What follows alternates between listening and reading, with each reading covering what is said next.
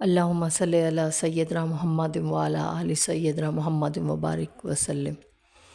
بسم اللہ الرحمن الرحیم۔ السلام علیکم، کیسے ہے میری یوٹیوب فیملی؟ امید کرتی ہوں کہ سب خیریت سے ہوں گے۔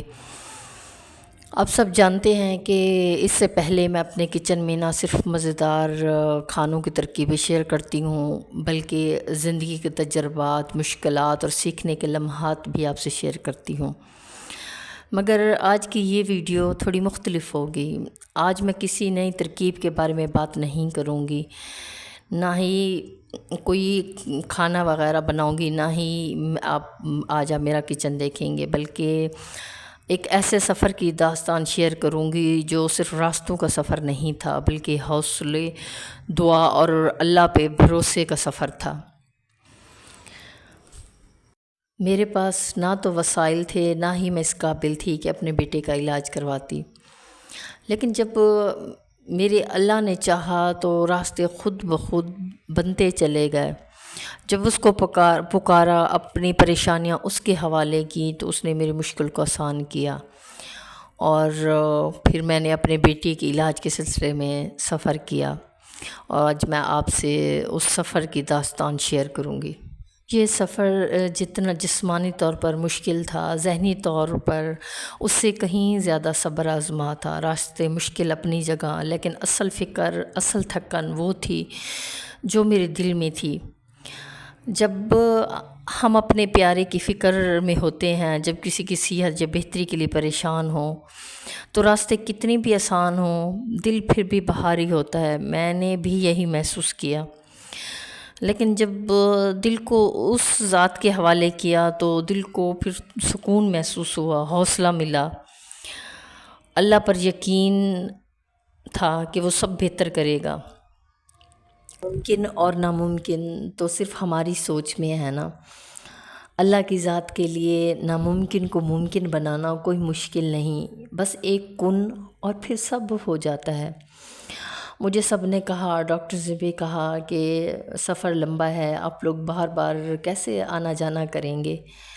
تو میرا ایک ہی جواب تھا کہ ایک انسان تو تھک سکتا ہے، ہار مان سکتا ہے، مگر ایک ماں نہیں، نہ ہی وہ تھکتی ہے نہ ہی وہ ہار مانتی ہے۔ جب اس کی اولاد تکلیف میں ہو تو ماں کے لیے ہر لمحہ آزمائش بن جاتا ہے۔ جب بچے کی کوئی بیماری ہو یا کوئی اور مشکل ہو تو ماں کے حوصلے کبھی کمزور نہیں پڑ سکتے۔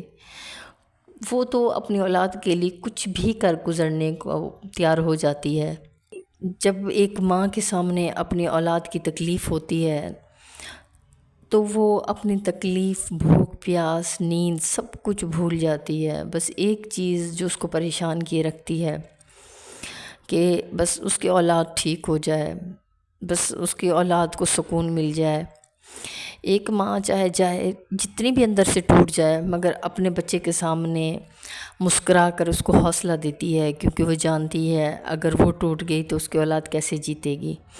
میں نے بھی اپنا حوصلہ اور ہمت کمزور نہیں ہونے دیا، کیونکہ مجھے اپنے رب کی ذات پر یقین ہے کہ وہ مجھے کبھی بھی اکیلا نہیں چھوڑے گا، کیونکہ وہ تو 70 ماؤں کے برابر پیار کرتا ہے۔ اور میرا اللہ ہماری ہمت اور حوصلے سے بڑھ کر ہمیں کبھی بھی نہیں آزماتا۔ وہ اگر ہمیں تکلیف دیتا ہے تو آزمائش کی یہ گھڑی بھی ختم اسی نے کرنی ہے۔ مجھے رب کی ذات پہ پورا یقین ہے اور بھروسہ ہے، اس مشکل سے مجھے ضرور نکالے گا۔